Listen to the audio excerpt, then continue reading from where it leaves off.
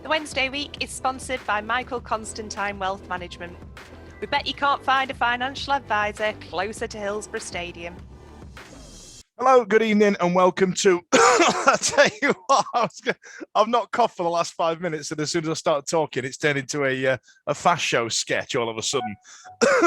Hello, good evening, and welcome to another episode of the Wednesday Week. My name's Dan Fudge, and with me I've got Ben and Stevie. We're going to talk about Crewe. We're going to talk about pitch invasions. We're going to talk about Canada's finest. It's all happened tonight, ladies and gentlemen. So stay with us now, chaps.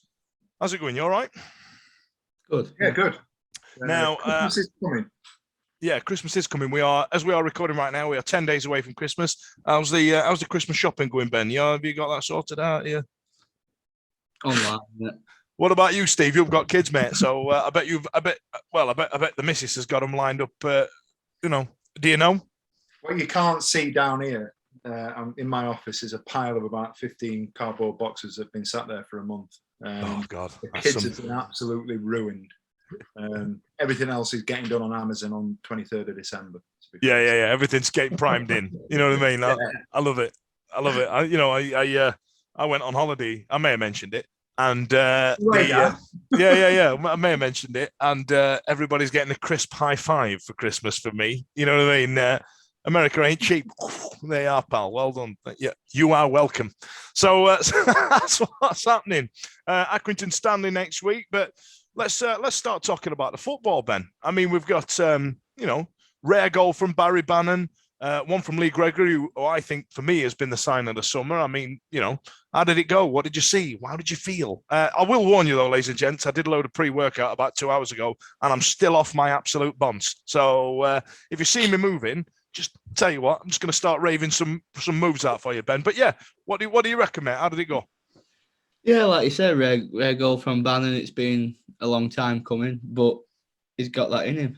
Brilliant goal all round, really. 1-2 between him, like himself, Deli Bashiru. And then, he's picked bottom corner out, which, to say he can land a pass on a sixpence for 70 yards away, his shooting don't quite live up to the same standards, but we all know how crucial he is. We all know the stats and the chances created, goals created. He's obviously more than just finishing for us, but if he can chip in between now and end of the season, it's good to no harm. And same with Gregory, as you've said, I'd agree. Signing the season, probably both on pitch and off it. From what he said in interviews and stuff, he wants to win league, and that's the end of it, pretty much. There's no debate about it. It's slowly starting to come together a bit, I feel. Well, as it stands, Sheffield Wednesday are 7th in the league outside of the playoffs in via goal difference, I believe. If we stop conceding so many, would be top banana. Now we mentioned Barry Bannon, and we're talking about FDB as well. So I want to talk to you about Stevie about Fizeo Deli Bashiru. Since he's come into the fray, the last 4 or 5 games, I think he's been a real eye opener. I genuinely think he's added. As we started at the season and we all started waxing lyrical about Dennis Adeniran, and then he kind of lost his form a bit, and we brought in FDB. I mean, he's been all right, hasn't he? Yeah, he's done well. Do you know what? I think he's one of those. He's a nice headache to have, in the sense that he's been around the club. Was it Monk that brought him in from Could have been Man City? So he's been around. He's been around for a while without ever actually getting that break, and he was almost a forgotten man. We signed all the players over the summer, and we were waxing lyrical about Adeniran. We were talking about Shadipo, we were talking about wing buyers without actually, I suppose, actually really knowing what the system would look like, where they would slot into a team. It's effectively, we've signed a striker, we've signed a midfielder, we've signed a defender without knowing that this player is going to play there, this player is going to play there. So when the team starts to settle a little bit, and everybody was doing the whole, this is our best 11, and when this player gets fit, this will be our best 11, and so on and so forth. I don't think there were many people sort of mid to end of September that were saying Bashiru was going to be in their starting 11. And I think, as you rightly say, Dan, he's come in, he's taken his chance, and I think he's probably got his chance because of injuries and because of run that we went on and a distinct lack of form and drawing games that we definitely should have won on paper, and without the individual errors and mistakes that were made, should have won. He's taken it with both hands. I think, I'm not sure if it was Joe or Alex or Dom, somebody put a stat out over the last couple of days that was saying he's got the highest pass completion percentage at around about 85%. Phenomenal. I like watching him because he's raw. I think there's a lot more to be had there. He seems to be a bit of a diamond in the rough, in that that we talk about the loans that are going to break our hearts. I think he's the kind of player that could be somebody that we nurture, that comes in, stakes a claim for going in for the rest of the season, and then all of a sudden, before we know it, he's 21, 22 years old. We've got a mid-table Premiership side that are looking at him for 6-7 million. We're saying he's worth at least 15. We'll probably get 4 for him, and he'll go on. He's the Stefanovic type sort of player that's obviously going to go on and do bigger and better things, and probably break our hearts. But at the minute, he's not the finished product. But I've been really, really impressed with what I've seen of him. Absolutely. I mean, that word you mentioned, raw, is what I wrote down on my notes, and I also wrote next to it Wayne Rooney. Now, what I mean by that was, I thought that Wayne Rooney was the best he was when he was raw, when he when he just didn't give a shit, when he just played like a kid on the park and he just enjoyed his football before. But don't get me wrong, he was still prolific when he was really well managed. Don't get me wrong, but I much preferred watching raw Wayne Rooney. And there's an element of whatever the League One Championship level of FDB is. That I feel like he's got that. He genuinely enjoys playing football, and I think he's brought something to us that was left by, dare I say, Kieran Lee. He's got that movement that with coaching he could be as good as. And I know that's a hell of a claim, because Kieran Lee is one of the best players we've ever had. And I'd also say the same about Lee Gregory and Gary Hooper. There's an element of cleverness there that, whatever the equivalent of where we are, Gary Hooper style, I think we've got in Lee Gregory, in terms of natural movement and natural aggression and all the rest of it. If you know what I mean. In no way am I saying that FDB and and Lee Gregory are Kieran Lee and Gary Hooper, but they've got the equivalent of it in League One, if that makes sense. Also, now, Ben, coming into the fray was Lewis Wing, the player that we felt we might lose, or still feel that we might lose. Chris Wilder going in and not being Wednesday's biggest fan. Did you feel that, because we've been saying this a lot of time, we said this a long time on this show about getting Barry Bannon forward and playing that attacking midfielder role, what you kids call number 10. Do you feel that Lewis Wing coming in played a bit more of a sweeper midfield, a DMC, you know what I mean, that type of role? Did you feel that that's what he did, or did you feel that Bannon wanted his string pulling berth back behind the middle two? What do you reckon? For me, Bannon's best in that string pulling position. I know we're still getting forward and it's controversial, that, Benjamin. Controversial, because there's a lot of Wednesday fans that wouldn't agree with you. I know, but I just feel that that's where he's most effective. That's where he can control the game most. I'm not saying pick it up right from centre half that we saw, a couple of years ago. I don't think he ain't doing that now. It's not quite as extreme as that. It's more picking it up in the sort of the right in the middle third. I wouldn't say too high up. I don't think that is what he's doing, but it's not. He's found quite a just equilibrium, I think, sort of between too deep and too high. Just on Wing, I've not really been impressed with him from what I've seen, and I think we've all been in agreement with that. If he was to go back, I don't think it'd be end at world. We've said about Dele Bashiru. For me, Dele Bashiru, he's come a bit too late in the sense that he's that sort of Mo Diame that we wanted back in 2016. Big, powerful, can drive foot, can carry you 20 yards through the middle of the pitch with the ball. I think he's more that than Kieran Lee. I get where you're coming from with Kieran Lee, but I think he's more of a ball carrying midfielder that we would have wanted. We probably want what we're going to get from him in 2 years' time, back in 2016, where he's developed even more. Yeah, that coming back to original question, which I think we're on Lewis Wing. I've gone off on about 3 tangents. It's all right, mate. But yeah, got time to fill tonight, mate. Yeah, it wouldn't. I don't think it'd be end of world if he was to go back. We've got Byers, Adeniran, etc. Alex Hunt could even come back. Looking at reports from Grimsby, whether he'd fit in, who knows? But he's done quite well for Grimsby, so that's where I'd leave it on Lewis Wing. All right, fair enough. Also, I know he listens. I've got to have a shout out to Stokey, who we had on the show at the early part of the season. And me and him have known each other for about 4 or 5 years. And when I'm at work or something, or I can't see the game, Stokey sends me like 12 messages, like bosh, bosh, bosh, bosh, bosh. And it's like he just falls out of his mouth. And the concurrent theme that goes through a lot of it is Fizeo Della Bichero, and about how much we need him, how much he misses him. And I've got, he'll be sat there screaming now at his radio going, I've been telling you for years, Fudge, he's got to come in. And you know what, Stokes? As it stands right now, you were right. But I tell you what, if it falls to shit, I'm going to get straight on there and I'm going to tell you what's going on. Now, Stevie, I've got to bring up a player that has done something that not many Sheffield Wednesday players have managed to do, and that's turn around the fans' opinion of them.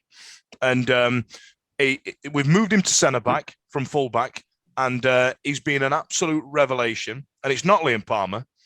It's Magic Johnson. I mean, where has this player been? Where's he been? Who's this guy?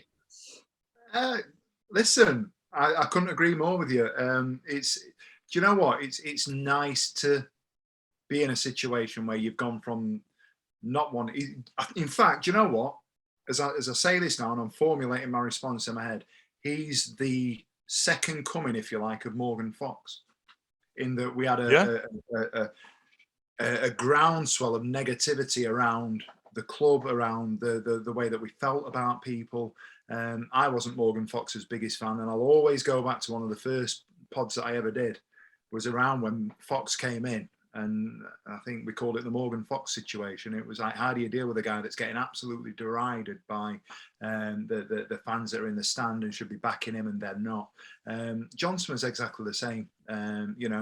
He's settled into a side, and retrospectively you can look at it, and Darren Moore's probably gone in and gone, Marvin, I've got a plan. Listen, this is what we're going to do. We're going to. I've brought you in. We want a little bit of balance. We want to win the game. We want to win the game. We want some balance. To win the game. We want the 3 points.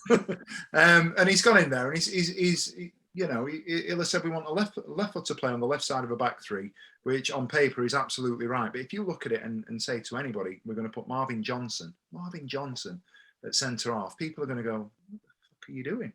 And the first 2-3 games that he was playing, we were going, what the fuck are you doing? What the fuck are you doing? Yeah.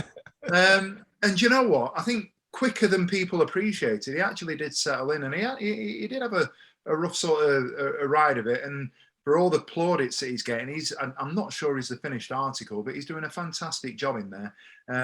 I've done a total 180 on where I was with him, because when we were talking about him in the Pizza Cup against Newcastle 23s, I think he scored a goal right at the beginning of the season. It was, he's doing it, but he's doing it from that position. He was playing left back against a team of juniors, and he wasn't translating across to the sort of the league games we were playing. But certainly over the last sort of 4 or 5 games that he's played at centre half, I've got no complaints whatsoever.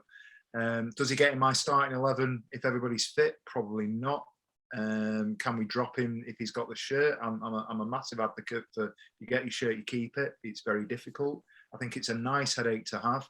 I think he's done really, really well. You can tell that he's played 30 odd games at championship level last year. He's got a little bit of class about him. I worry that if we play against a top 6, if we play against a really combative centre forward, is he going to have that in his locker? If we played against somebody like a Dane Oliver at Gillingham, who gave Palmer a real rough ride, is he going to be able to cope with that sort of physicality? I'm not sure. But if anybody wants to run the channel. If anybody wants to sort of match him up in terms of pace and getting in the right position from a starting position, I think as a winger and somebody who knows how to get at a defender, I think he's got that sort of tool in his locker to say, I know where I need to be setting up. And credit to him, massive credit to Moore for turning somebody who shouldn't be a centre-half into a centre-half at the moment. Same with Liam Palmer, though. You're allowed to mention that as well if you want, mate. Get it in. I'm going to have a Palmerless week this week. I'm 100%. Well, he's letting his football do the talking. We don't need to discuss it. And what you were saying about Verdane Oliver, I mean, didn't Liam Palmer and Verdane Oliver play football together as kids? Do you know what I mean? Yeah. They should know each other inside bloody out, shouldn't they? Yeah, absolutely. I think maybe that played to the sort of the tough. We talked about it last week, and I can remember we mentioned that I couldn't remember the poor game that Liam Palmer had, and now that I mention it, it was against Gillingham. Got rinsed out by his schoolmate. You know what I mean?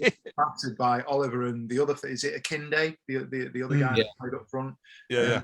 They gave him a torrid time because I don't know if they were in his head or whatever else was going on, but Palmer tried to go toe to toe physically against him, and he couldn't do it.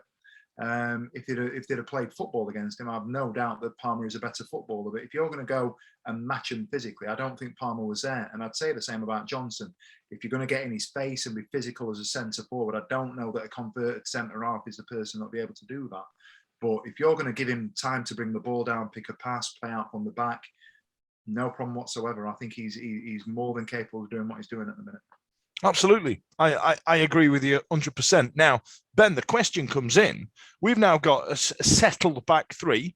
You know, they're doing bits. They're keeping the ball out the goal. Where does Iorfa, whose shirt does he take out of that back three? Or do you set back five and stick Palmer back at full back or whatever? You know what I mean? Because I think Iorfa has got some work to do now.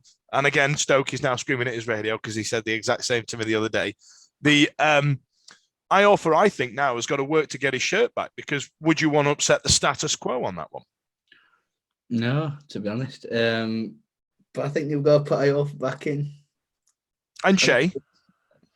Mind you, Che you'd say is probably one of the original ones, wouldn't you? But you know what I mean? You'd probably swap out Dunkley for Brennan. But you know what I mean? Like, with that. There's Brennan. And I said this a few weeks back. I'd have Brennan in over a few of them, but I don't know who for. I can't tell you. Well, like, you know, to coin a phrase that Steve said, it's a nice headache to have. Here's some now quality defenders that we've been missing for the last few years who keep the bloody ball out the net. And Jack Hunt's managed to find himself a bit of form over the last couple of weeks. I feel like he's done really well since he's come in. And Corbanu on the other side, he's a little bit more attacking, isn't he? But you've just got to keep playing Corbanu. I'm guessing you spoke about the Portsmouth game last week, but why has he not played Corbanu and played Shadipa? It's beyond me. I honestly don't think I know that I'm in the minority with this. I don't think last week was the game for Corbanu.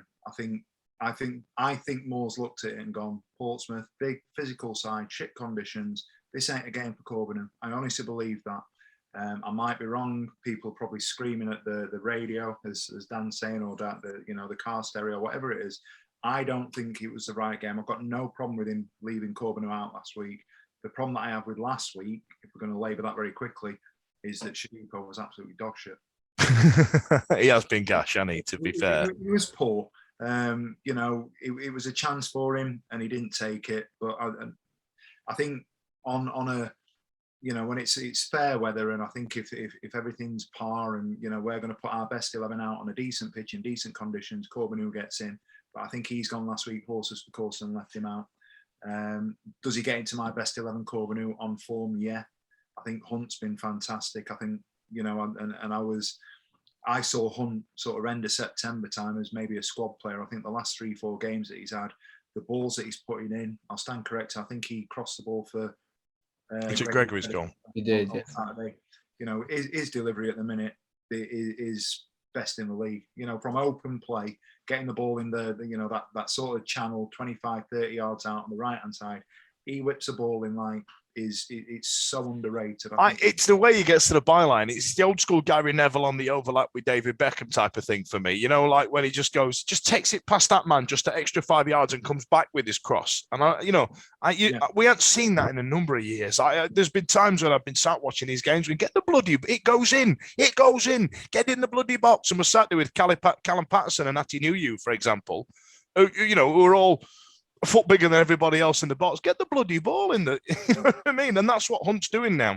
And we're finding a bit of space with Lee Gregory. Now, Ben, with Goalkeepers Union, I've got to speak about the penalty save. You know what I mean? This was top quality, this was. I mean, it, as daft as it sounds, it made me think, yeah, Joe Wildsmith's shit. You know what I mean? That was my first thought. Because, let's be honest, Bailey had a drop in form a good few weeks ago. He's a young kid. You've got to learn your trade and all the rest of it. And we all know that keepers are best when they're in the late 20s, even though it's not the 90s anymore. And we still hold that candle and all the rest of it. But I mean, this was a quality couple of saves, wasn't it? Yeah, the actual first save, I don't think I'd call that one quality. I think he read it. He's read it. The second one's incredible. Yeah, the reach for the second one was impressive. Yeah. But surely you've got to give him his credit for managing to lace his legs back after picking his side and then going.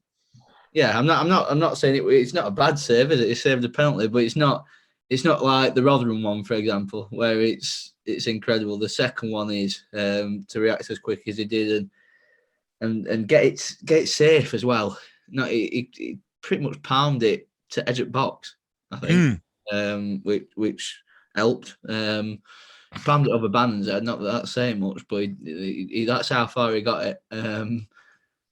Just on the penalty save, did somebody not say? I don't know if it was a commentary at the time that was saying that it was Porter, wasn't it, that took the penalty? Yeah. He's the last 3 or 4 penalties that he's hitting exactly the right spot. So I'm assuming that Peacock Farrell has gone right. And his own work. He's done his own work. He's gone right. I'm going to stand up. I'm going to get into this position here.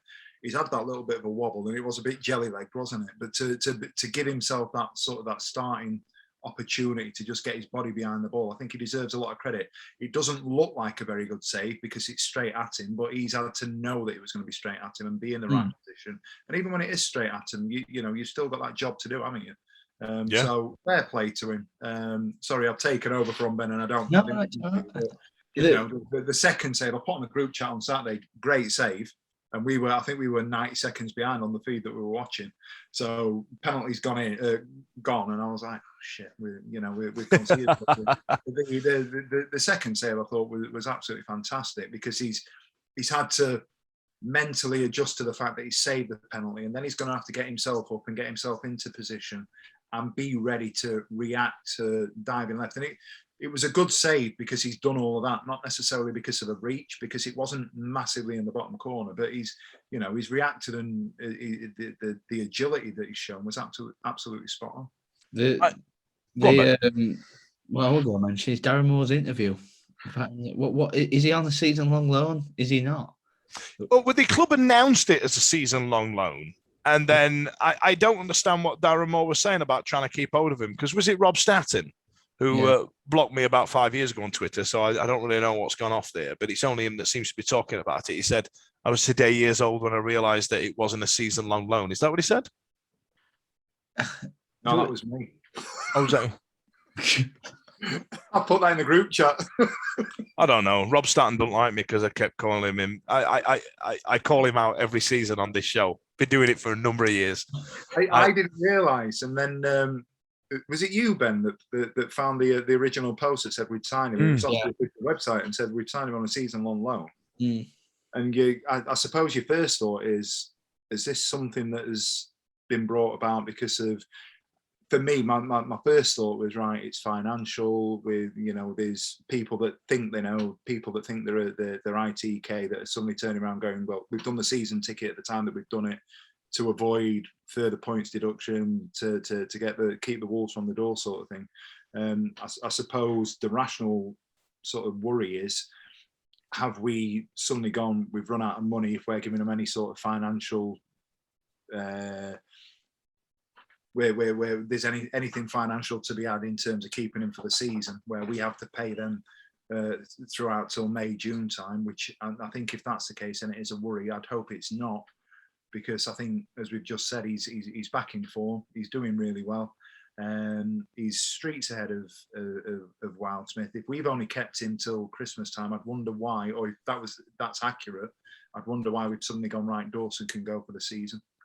Surely he'd have gone in January and turned around and gone, right, well, Dawson's out for the season. Peacock Farrell's gone back. We've got Wildsmith and Josh Render. You know, behind him, we've probably got Ben. So, you know. I tell you what, that's interesting, because I was gonna bring up Cameron Dawson, actually, because he currently holds the Exeter record for most consecutive clean sheets or something now, doesn't he? That's what's happened. So which makes me believe that there was clearly a confidence issue when he was at Sheffield Wednesday. I was there for that last game before COVID at Brentford away, where we got spanked 5-0. And bear in mind, this was in no way the pinnacle of it. I mean, the one where we got spanked 5-0 by Blackburn at home, he was gashed then, and he never really got better. Honestly, his confidence was on the floor, and now he seems to have gone somewhere else. He's enjoying playing his football. He's keeping the ball out. He trusts his defenders.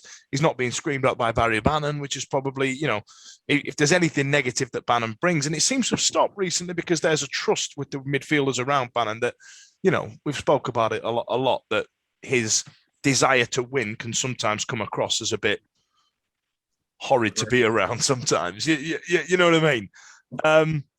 And I think it's impressive what Dawson's done. I just hope that when he comes back, if he does, that the form continues, because I think there's a good element of a good goalkeeper in there. Clearly, you know, Mark Crossley told us so, didn't he? He was good for us at times. It was just if his confidence went in one game, it'd just snowball. Yeah, and you know, it's that time of year for snowballs. It's Advocar, it's Wernix. That's a gag for you. All right then. So I was going to ask you lads a question. So okay, let's get to the goal first. So let's go to Gregory. Let's talk about Lee Gregory, Ben. I mean, come on, man. He's big signing, right? Yeah, he's as you say about equivalence, probably equivalent to what Neil Mellor were. Probably in a better team than what Neil Mellor were in. He's on course for 20 plus. I think Ash that said at the start of the season when we brought him in, Lee Gregory won't get 15 and he won't be striker that we all wanted. That doesn't sound like Ash. Yeah, I think he might surpass 15. Yeah, is it best striker in league? Well, we've definitely got the most technically gifted player in the league in Bannon. We really have. He is streets ahead with the ball at his feet. Streets ahead. I mean, in terms of, oh shit, someone sign me out. I'm just going to pause it there, ladies and gentlemen. Just bear with me. The Wednesday week is sponsored by Michael Constantine Wealth Management. We bet you can't find a financial advisor closer to Hillsborough Stadium. Okay, so welcome back. That was my Constantine Wealth Management who sponsors this show. My apologies, I cut somebody off there before we had some technical difficulties. Can anyone remember what we were talking about? I'm pretty sure it was Lee Gregory. Yeah. All right, well, there we are. That's cleared that up. Okay, then. So, lads, I was going to ask you a question. I was going to try and do it from memory. I didn't want you to. I wanted you to, because obviously you guys have come from different eras of football and what you remember when you were 10 to what you remember when you were 20, et al. You know what I mean? Now, we were talking earlier on about Magic Johnson being the player that came in and everybody thought he was shite, and then he's managed to change everybody's opinion of him. Steve, you mentioned Morgan Fox earlier on. I want you to try and think of some players that have managed to do that, because that is a very difficult thing to do, especially with our fan base, because as Steve will probably ascertain to, Liam Palmer is still paying for mistakes with the abuse he gets sometimes for crap that he played 10 years ago. You know what I mean? He is. He really is. Even though he's turned into a defender who sometimes plays a lot better than what he does. I'm being facetious. He's obviously a lot better player than what he was when he was 20. So I'm going to start, and I'm pretty sure that when Gerald Seabon signed for us, we thought he was shite. That's because he was shite. Were we in the Premier League? Was it the back end of our Premier League, or was it our first season in the Championship we signed him? And we went, he's shit. I think Pleat was. Am I right in thinking that Pleat signed him? Surely not. That's like 1996, isn't it? Pleat came in 95. He was like a 97, 98 signing. I'm sure he was. Nah, because we had Blinker and Trustful and Wim Jonk around that era, and I'm pretty sure he was. Did we not get Jonk around 95, 96? No, we got him later. We got him like 97, 98. Okay. And I'm pretty sure if I look back, Seabon is pure Chupa Chup. So I'm thinking first season in the Championship, he was shy. 1999. So just before the season before we went down. Did he come with the Builder? Because I've not looked at this. Fudge, you've dropped this on us, but I'm dropping it on you, lads. I want you to do it from memory. Not a package with the Builder. They came in at the same time. Came in at a similar time. It was our last season, and he came in and he was rubbish. He signed for $2 million in 1999. Joining him at Sheffield Wednesday was Wim Jonk and the Builder. Yeah. Who at the time we thought were going to be absolute megastar signings. Don't get me wrong. Wim Jonk was at Inter Milan. I'll always remember this. He was Bergkamp's best mate. He was his room. Yeah. We've signed him. We've signed. Played in the World Cup the summer before. Yeah, he was sick. He played about 4 games. He was sick because I put it out on Twitter. Somebody put, "What's the most random signing your club's ever made?" And I put Wim Jonk, really because we were actually shocked at the time that we got him. We were like, what the fuck? How have we pulled this off? This is insane. List of teams to play for: Ajax, Inter Milan, PSV, Sheffield Wednesday. And again, it didn't really work for him at Sheffield Wednesday, which is shocking information. That you know what I mean? Shooketh. He played 70 games though. Did he? That's a bit of an Alman Abdi, that, isn't it? You think he played 7-0? Yeah. Wow. Scored 3 goals, according to Wikipedia. I had a season ticket then. I can't remember a fucking thing. Christ almighty. You see, kids, drugs and drink are bad. So let have a think about it, lads. I mean, Ben, come on, you're from a different era to us, so you're probably thinking more 2010s, maybe the last 10 years, that type of thing. Somebody who's come in that we've gone, he's rubbish, and then after about 10 weeks, we've gone, actually, he's pretty sick. We've already mentioned him tonight. Go on, Gary Hooper. He was atrocious. He was atrocious. Honestly, the first few games he had up to. So I remember at Stoke, when we played Stoke in League Cup after beating Arsenal, Hooper played. That might have been it might have been 3 or 4 games in that. And he couldn't run. He was that slow. He was horrendous. Scored a hat trick in every bloody level, man. Come on, man. What are you on about? First few games he was horrendous. And they changed when we went down to Fulham, and it was Ross Wallace scored that goal from halfway line, pretty much, into top corner. And he put in an absolute peach over the top of the goal that day and all. Over the top of the goalie. Hooper, Crewe started, that's when, from what I can remember, that's when people started changing on him. I think, I won't go as far as saying we thought he was shit, though, because I remember his debut, right? It was Charlton. Me and James Marriott were down at Charlton, and we went into this proper Cockney boozer, and we were behind the bar interviewing the Cockney lady going, "You're a proper Cockney bird, aren't you?" She went, "Of course I am." I'd had a beer. And the first game at Charlton, he was huffing and puffing. And I think, did we get battered about 3-0 or something? I can't remember. Yeah, 3-1 or something. Yeah, something like that. And then so there was this geezer going, people are slagging off, and there was this one guy at the front near us, near me and James, and he kept going, "Geor, leave him alone. He's not played in ages." And he kept sticking up for him. And some bloke behind him went, "Who are you? He's fucking dad." And so every time Gary Hooper got the ball, this geezer's going, "Gary Hooper's dad, Gary Hooper's dad." Just behind him, just the whole time. So every time I hear Gary Hooper mentioned in my head, I hear it's subsequently with Gary Hooper's dad. For some reason, and James will tell you the same thing. Every time I hear it, I just hear Gary Hooper's dad. But it took him a couple of games to find his form. Yeah, I get it, but I won't go as far as calling him. Did we get on his back, Steve? Or were you just desensitized to it by this time now? Because we're talking 4 years ago. You know what? I'd have Gary Hooper back tomorrow. Oh, I love him. I still think there's at League One level. I still think he could come and do a job based on, because do you know what? People drop levels because they age and they lose their fitness and so on and so forth. I'm adamant that he could still do some level semblance of a job at League One. Absolutely, because he's so clever. He's so clever. His movement to pull defenders out, I thought, was absolutely brilliant. He went from, for me, he went from what I'm saying, which at Stoke, I remember after Stoke I said, I will carry him back to Norwich. Did you? Yeah. From what I can remember, first 3, 4, 5 games, maybe, he were horrendous. I can't remember. About your CrossFit training, by the way.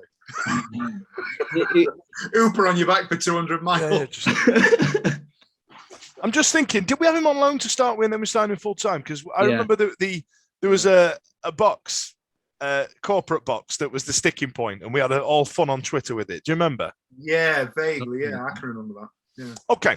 So that's one player, Steve. Gary Hooper. Ben thought he was shite when he signed for us, and now he's got egg all over his face. What about you? Let's think further back where we've gone. This geezer is shit. Because I remember there was Andy Booth for me when he played for us. I thought, geez, because he weren't David Hurst.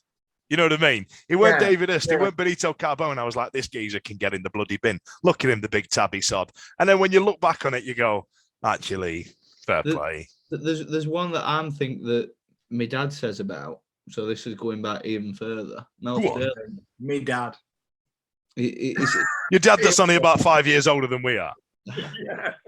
He's 56. He's 56. All right, I'll give him that then. Go on then. Here's a tale. Here's a tale from the olden days. Mel Sterling. Apparently, yeah. Apparently, we nicknamed Flying Pygmy or something because he were horrendous and they were playing him in centre of midfield. And then they put him at right back, and what happened. I started my first game.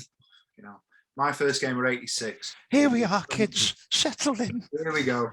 It's a good job Simon's not here, innit? We'll be going back to black and white days. I got on South in 1986. Bruce Grobbelaar were playing in Ian Rush scored in 87th minute. We lost 1-0. I went home and got green and I was gutted. Anyway. and we went to Millennium. Yeah, and everyone we're in a nightclub in daytime. And then we just saw Bus go past. Sorry, Simon, I'm teasing you. Go on. So, right, it's 1986. Ian Rush in his tash has just put one past us. Bit too, honestly, bit too sort of far back from me. I genuinely was only a kid then. The one that stuck out for me, the one that I could never... there's an honourable mention that's a little bit more recent. I never ever got for the first year and a half that you were there. I never got the hype Stephen Fletcher. Okay. I didn't think when we signed him, I thought he was somebody on the way back down, or he's just come for a payday at the end. I look at it now on a personal level and think of all the players we've lost, your Forestieris and players like that, even your Hoopers, the people that we've ended up losing. Whether you want to believe the reasons why we've lost them as we've lost them. The Stephen Fletcher, it hurts watching Stephen Fletcher playing for Stoke. Fox don't bother me. Other players playing in Championship. Bloody, go on, Lado. Odobaju playing in a top 5 team in the Championship is... Scoring against Man U pre-season. Absolute rip snorter. But I tell you what, I think Stephen Fletcher, from the information that, whether you want to believe it or not, that people have said, he'd have been happy to stay if we'd have sorted it out, and he'd have probably kept in the Championship last year. I miss Stephen Fletcher as a player at the club. He's the one that's the most recent for me. Going back a little bit further, I was never personally really sold on, dare I say it, Paul Warhurst. When we first signed Warhurst, I didn't get it. And then we went on that run in 92, 93, I think it was, where we turned him into a centre forward. And then all of a sudden... We're in the FA Cup final and the League Cup final. He's gone on 13 games, I think it was, where he scored something ridiculous. He's scored a ridiculous amount of goals. He was always a decent player, but I just think he's gone from a level to the next level. And I know we're not looking at players that were shite that suddenly became good. It just took him a few weeks to bed in. He was the one that all of a sudden sort of kicked on. And you're sitting there, and I was thinking, and I was sort of GCSE sort of time, and I'm thinking, this guy can play. And where, you're right up there. Him and the other one is John Harkes. I was going to say Harkes because I was like, who the fuck is this guy?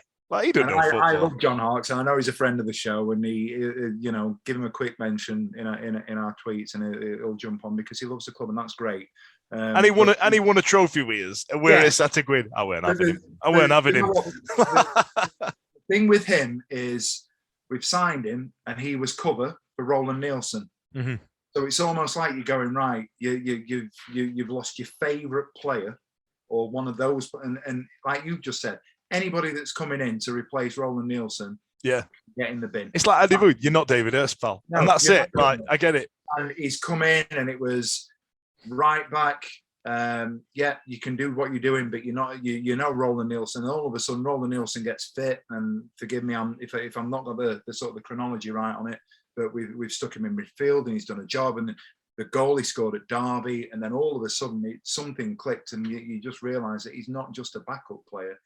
He's a fucking player. He's a baller. And that goal he scored at Derby, and the reverence that he still holds the club over time, you kind of go, geez, he was a decent player. The one thing I would say to your question, though, you look at one or two other players that we've had that we've taken on and gone, geez, they're bang average. That have then gone on and done big things. Darko Kovacevic. Yeah, Kovacevic, Stefano. What was it? 4.2 million to Dejan Stefanovic was shite, right? How he had the Premier League career that he had. Honestly, 100%. He's up there with me with what's him, Titus Bloody Bramble. How they play Premier League football for me is absolutely beyond me. We've got these two Yugoslavs. We kept the shit one, and he had one of them. The one that we kept that was any good signed for Juventus for 15 million quid 8 months later. And then the shit one went on to play Premier League football for the next 10 years. Gerald Simon played Champions League football for 10 years after he left. The one I'd said like that in more recent memory, and you're going to look at me a bit here, but Antonio. Yeah, he was good for us, but you wouldn't have said he was going to go on to compete in world class. Yeah. And top four Champions League. Like, I must admit, what he's done with his career is really fucking impressive. Yeah. We know how good he were for us, but the season before he left, he looked a bit disinterested. We didn't really get much out of him. And when he went to Forest, I was like, good luck with it, pal. You know what I mean? Yeah. And then he's gone on and, like I said, done what you want to put him down to do that, really. No, I mean, it's an interesting question, isn't it? Because obviously we've had millions of signings that have come in that we could sit here all day and talk about the signings that, like, you've in Yonks where we go, fucking hell, we've got a player here, lads. And then it turns out to be bang average for us and then go on to be great for somewhere else or just not really and then just wind the career down and all the rest of it. There's a million of them. Andy Booth went on to play for Spurs. You know what I mean? But that to turn around the opinion of the fans, and I think our fans specifically are, there's a lot of fans that go, well, it's Walsall, so we know he's going to be. We all have the same opinion as football fans, don't? But I think our fans are really quite difficult to change the opinion of. And fair play to Magic Johnson for doing it because I think it's, I think it's really difficult. Now, on the vein of that one, and I feel like some of you are going to disagree with me on this. What players did everybody seem to like who you thought were a bit shit? Or you went, I don't get it. I don't see it. Because for me, Carlton Palmer. I thought Carlton Palmer on a football field looked like a puppet with the strings cut. And you just go, what the blood? What is happening? Is that a professional footballer? You know what I mean? Now, don't, Ben, you'll probably remember him more when he came back to play for us a second time. But I was like, what the blood? What is this? That was still before his time. Hey? It was still before his time. I honestly, I didn't know what position he played. I didn't know what he would do. Don't get me wrong, I was a teenager and I wanted to be Paul Gascoigne or I wanted to be Chris Waddle or, you know what I mean? But Christ almighty, I was like looking at this guy going, what the fuck? And then like the way people talk about it, I know he was a character and all the rest of it. And of course, he was great to have around the team and the like.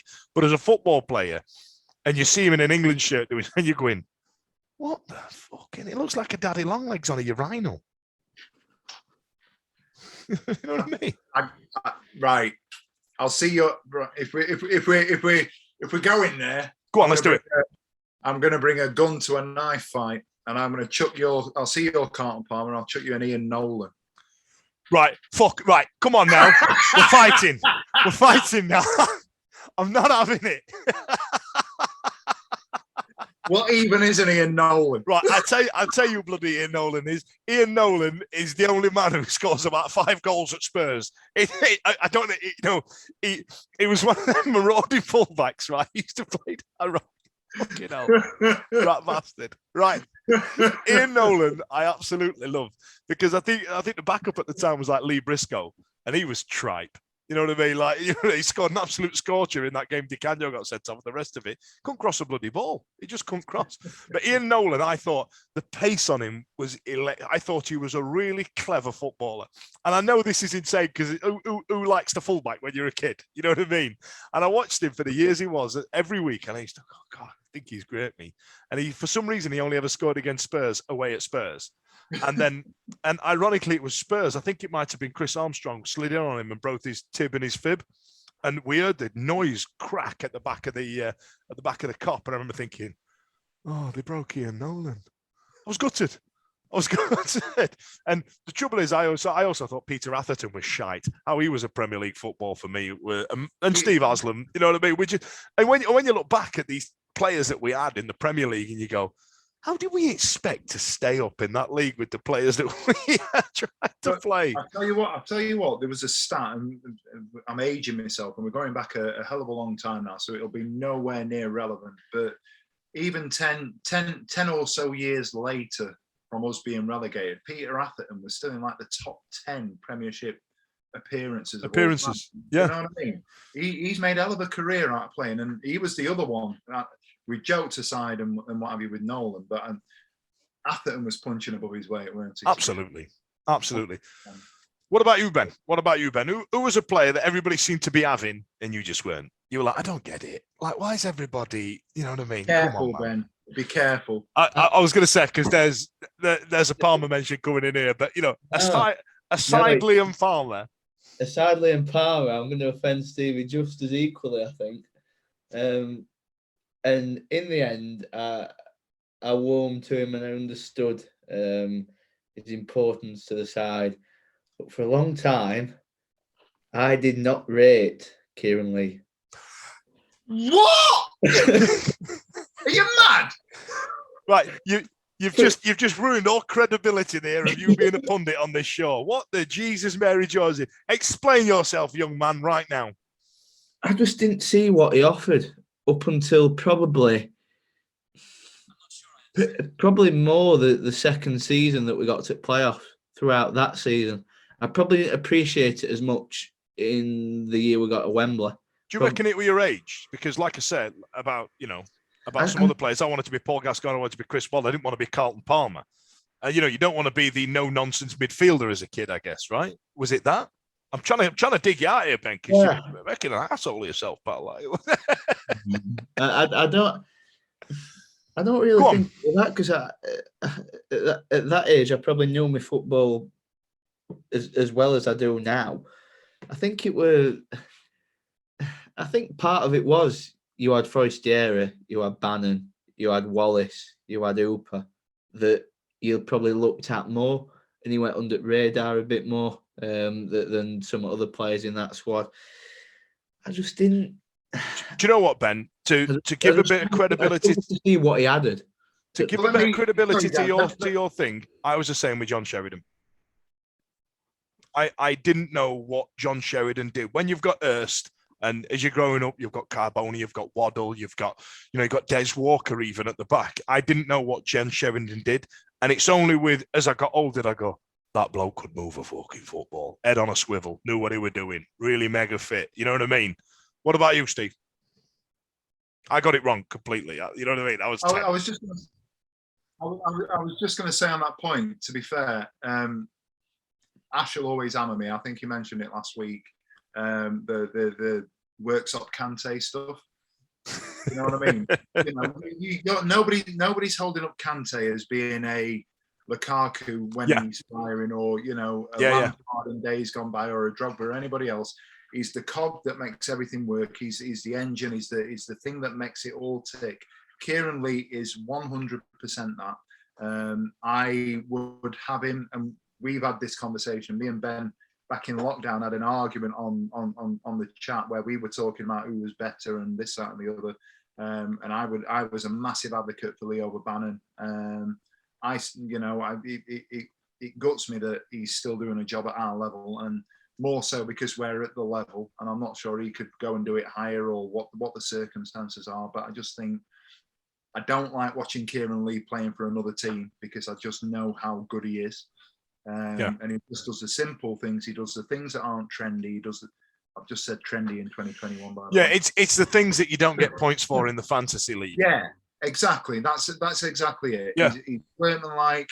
And the thing about it, the reason that I always like Kieran, we're sort of taking it to another level now. The guy's humble. The guy's quiet. He's not a superstar. He's not expecting, this, that, and the other. He gets in, he'd get in, he'd get on, he'd get it done, and then he'd leave without any sort of, pomp and circumstance, if you like. And I think in 20th century professional football in Great Britain, I think that's to be heralded. I think he deserves a lot of credit for that. Absolutely. Now, so obviously, there's a hell of a killer question there. We managed to get half an hour out of that. We've done really well. But listen, if you're listening, if you're listening to us or you're watching this on YouTube, get in touch in the comments. Get in touch on Twitter at TWWcast. And was it Zico? Was it Carl Palmer? Was there a player that everybody loved that you thought, well, I don't get it? Or was there somebody that we thought was absolutely terrible and has managed to change our entire opinion of him as a fan base on the whole? So, get in touch. I'll be interested to read your reviews. Did you hear that then? That was the equivalent of those YouTube guys going, don't forget to press the like and subscribe button. It's your boy. You know what I mean? Yeah, don't do that. Just listen when you want. Just ask your smart speaker to do it. Any road. Accrington Stanley coming up this weekend, Benjo. What are you saying? I just hope that we don't go flat again like we have in some at home games. We seem to have been a little bit more exciting away from home than we have at home. I expect us to win. I expect us to win every game at the moment. It's nice, isn't it? Do you not feel like there's a lot more optimism around the club now? We are on this big unbeaten streak in the league, don't get me wrong, but it's not been very convincing, as we've discussed at great length a million times. But do you feel like because we're turning them into wins as opposed to draws, there's a lot more optimism, right? Yeah, that's what, like I said at the start of the show, it's slowly starting to come together. Now Corbin was really hit his stride. Bannon's just doing what he always does consistently. Gregory's scoring. As you say, Hunt's found a bit of form. We're now back to where we were at the start of the season, where we don't know who's going to fit in where, because we've got so many players that are now playing well. Whereas we went through that spell that when we thought we got all these good players, but we're still saying, well, he ain't playing well. He's got to play. We're trying to fit people in. We're back to where we were at the start of the season when things were going well, which, it's obviously a key time to do that with a lot of games coming up, a lot of big games as well. What about a prediction then? You reckon I'm going to do a 2-0 clean sheet? What you saying? Yeah, I'll go 2-0. Nothing extraordinary, but just another steady performance, clean sheet. Yeah, I thought Crewe was exactly that. Just steady performance. See you later. Next one, please. You know what I mean? It was just functional for the players we've got. What about you, Steve? Yeah, just on that point, I think there was a lot of sort of shit that came out that was like, well, we've only won 2-0 against the second bottom of the league and blah, blah, blah. We've won 2-0. It's about better than losing 2-0, isn't it? Or 3-0. The thing is, you know what? You take your wins where you can get them at the minute, and we need to dig in and keep digging in. And I think we're in a better position than the league would suggest, and I think we're in a better position than our fan base would accept. And I think 12 is it 12 games unbeaten at the minute? Yeah, 12, I think it's 12 now. Yeah, absolutely nothing to be sniffed at. And I know the negativity is around the games that we've drawn. but I just feel that we're out the other side of that at the minute. And I think that a lot of that is to do with the fact that we're playing the top end of the league, and we're doing really well against them. Apart from Plymouth. Well, yeah, apart from Plymouth. Yeah, you're absolutely right. But I say it week in, week out, it's becoming a tagline. I don't fear anybody in this league anymore. I'm not bothered about Rotherham. I'm not bothered about Wickham. I'm not bothered about MK Dons. I'm not bothered about anybody else that we're playing. If we're going out and playing against Accrington, if we can play, if Gregory's fit, if Bannon's fit, we've got Windass to come in, all being well. We've got Della Bashiru firing. We've got a headache all of a sudden if everybody's right at the back. Who we're going to get in the back line? Peacock Farrell's in form again. Hunt's coming into form. We can't drop Corbinu. Who are we going to leave out? There's nobody in that side that we're going to leave out and go, there's a mistake to be had there. Maybe this is the week that we actually go in and say, right, we'll score 4 or 5 goals and that'll be it. Yeah, absolutely. Absolutely, I agree. I think we're probably going to just do another functional win. If we don't, then there's going to be absolute bloody meltdown. Just before we leave, ladies and gentlemen, before I leave you and say goodnight, the club have released a statement about people encroaching on the pitch. It's a bit of a weird one. I get it. You've had a good day. You're at Crewe. And in no way am I saying, it's a good day. It's Crewe. It's a decent train ride. You get on the swills early. I get it. I completely get it. I'm not going to sit here and say to you, bloody hell, they've got big kids with me because, there's people taking their kids on the pitch. Just don't get banned, lads. It's not worth it for an away day at Crewe. If it were Wembley, if it was Spurs in Cup, if it were Chelsea, you know what I mean? Crack on. Have a good time. Enjoy yourself, but it's not worth getting banned. And it's not worth us losing our allocation because at the minute we're all fighting for tickets. And if I could say on behalf of somebody who needs away ticket points, please stop it off. You know what I mean? Come on, lads. We're all Wendy, aren't we? You know what I mean? But any road, listen, thanks on behalf of Ben and Stevie. My name's Dan Fudge. See you later. The Wednesday week is sponsored by Michael Constantine Wealth Management. We bet you can't find a financial advisor closer to Hillsborough Stadium.